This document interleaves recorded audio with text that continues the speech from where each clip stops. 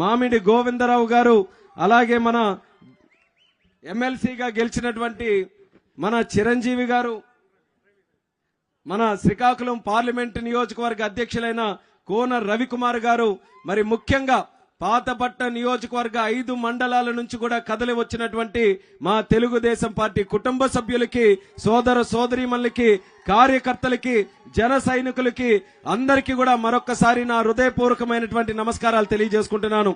పాతపట్నం నియోజకవర్గం మా తల్లిగారి నియోజకవర్గం, మాకు అమ్మ లాంటి నియోజకవర్గం ఇది.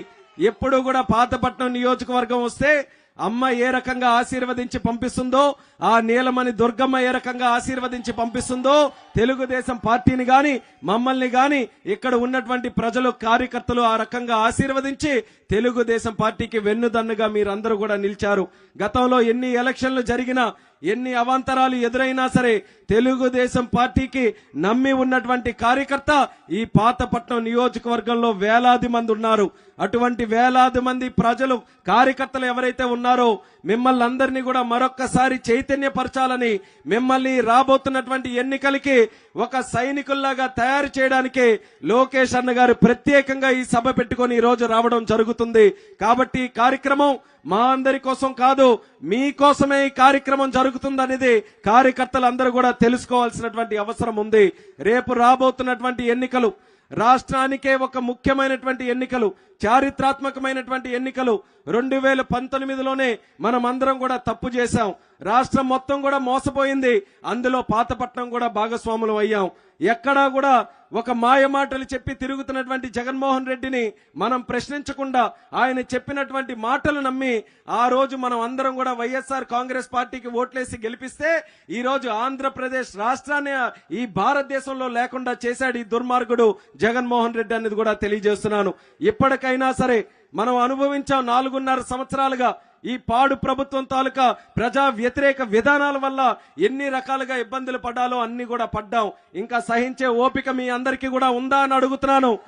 ఇంకా ఈ ప్రభుత్వం చేస్తున్నటువంటి అరాచకాలని మనం ఎదురు చూస్తూ ఉండగలమా అని అడుగుతున్నాను. లేదు, తిరగబడాల్సినటువంటి సమయం వచ్చింది.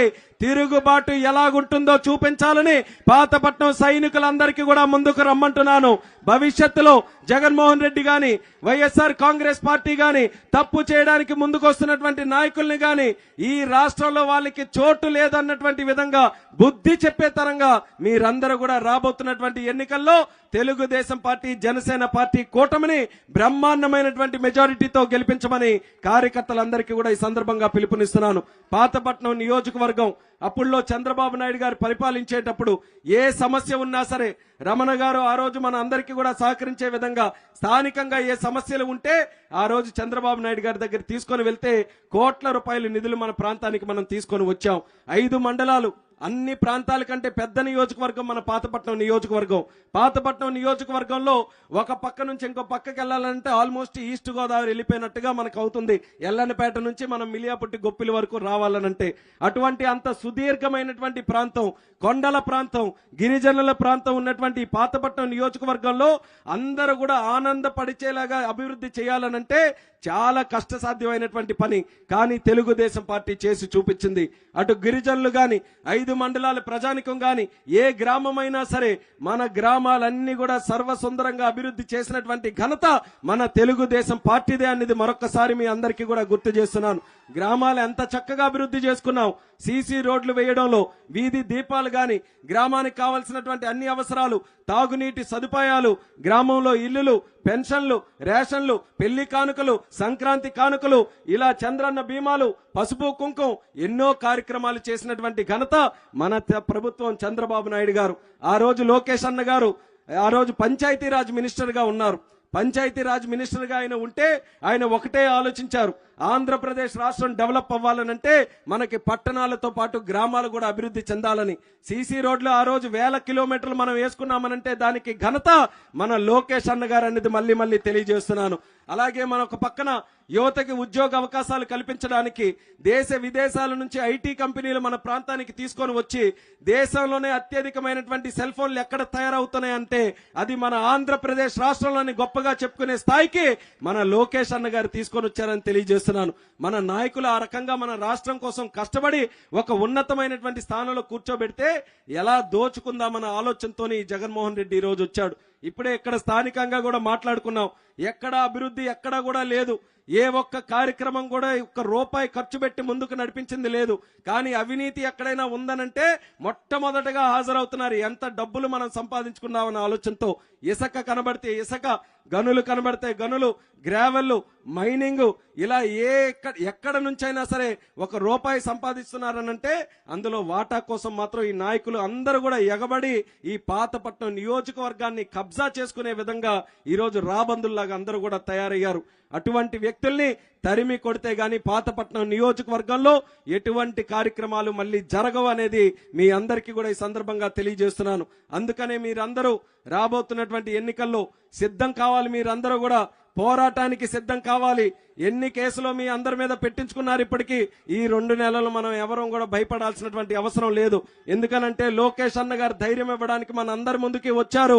ఏ కష్టం వచ్చినా సరే, మీకు ఎటువంటి ఇబ్బందులు ఉన్నా సరే, లోకేష్ అన్నగా నేను మీ వెంట ఉంటాననే ధైర్యం ఆయనే మీ అందరికీ కూడా ఇస్తున్నారు. కాబట్టి నిర్భయంగా మీరందరూ కూడా ఎన్నికల్లో పోరాటం చేయాలని మరొకసారి మీ అందరికీ పిలుపునిస్తున్నాం. రాష్ట్రంలో ఈ పడినటువంటి పిచ్చి కుక్కలు వైఎస్ఆర్ కాంగ్రెస్ పార్టీ నాయకులు వీళ్ళందరినీ కూడా తరిమి కొట్టాలని చంద్రబాబు నాయుడు గారు, పవన్ కళ్యాణ్ గారు ఇద్దరు కలిసి కట్టుగా ఈ రోజు ముందుకు వచ్చారు.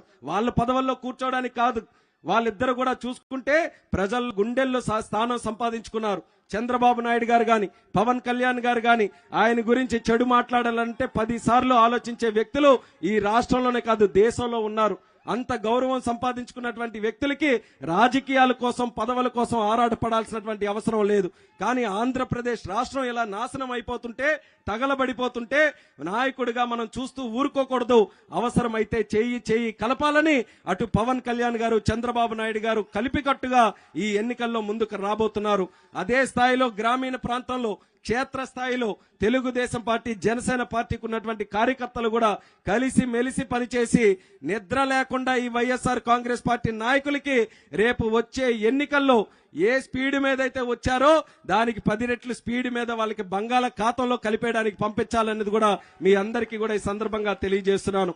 పాతపట్నం నియోజకవర్గంలో పెద్దలు మాట్లాడినప్పుడు కొన్ని సమస్యలు కూడా చెప్పారు. ఆ రోజు చంద్రబాబు నాయుడు గారు సీఎంగా ఉంటే రాష్ట్రం మొత్తం మీద సర్వే చేయించారు. అందులో పెర్ క్యాపిటా ఇన్కమ్, ఆ సగటు ఒక ఆదాయం ఉండేటటువంటి ఆ ఫిగర్ ఏదైతే ఉందో అన్నిటికంటే తక్కువ పాతపట్నం నియోజకవర్గానికి వచ్చింది. ఆ రోజే చంద్రబాబు నాయుడు గారు ఒక విజన్తో ఇక్కడ పరిశ్రమలు తీసుకొని రావాలి, ఇక్కడ అదనంగా రాష్ట్రంలో ఏ కార్యక్రమం చేసినా సరే పాతపట్నంలో ఒక అడుగు ముందుకు వేసి ఇక్కడ కార్యక్రమాలు చేయాలని ఎంతో తాపత్రయంతో కొంత ప్రయత్నం చేశాం. కానీ అనుకున్నంత స్థాయిలో ఆ రోజు చేయలేకపోయినా ఈ రోజు మన అవగాహన పెరిగింది. ఈ రోజు మనకున్నటువంటి ఆలోచనలు పెరిగాయి. ఈ రోజు లోకేష్ అన్న గారు తోడు కూడా మనకుంది. కాబట్టి రాబోతున్నటువంటి ప్రభుత్వంలో మనం పాతపట్నం నియోజకవర్గం, ఎందుకనంటే మనం అంటున్నాం శ్రీకాకుళం జిల్లా వాసులు అన్ని దగ్గరలా ఉంటారని. మీరు ఆ శ్రీకాకుళం జిల్లా వాసుల్లో కూడా పర్సంటేజ్ తీస్తే పాతపట్నం నియోజకవర్గ ప్రజలు ఎక్కువ ఉంటారు. హైదరాబాద్ లో గానీ ఎక్కడైనా పనికి వెళ్లేటటువంటి వారు ఊర్లే ఈ రోజు కాలనీలన్నీ కూడా బయట ఉన్నాయి పాతపట్నం నియోజకవర్గం తాలూకువి. అటువంటిది వలసల కోసం ఎక్కువ మంది ఇక్కడి నుంచే ప్రయాణం చేస్తున్నారు. కాబట్టి వాళ్ళకి తిరిగి ఇక్కడే వాళ్ళందరూ కూడా చక్కగా పని చేసుకునే అవకాశం మళ్ళీ మన ప్రభుత్వం వచ్చి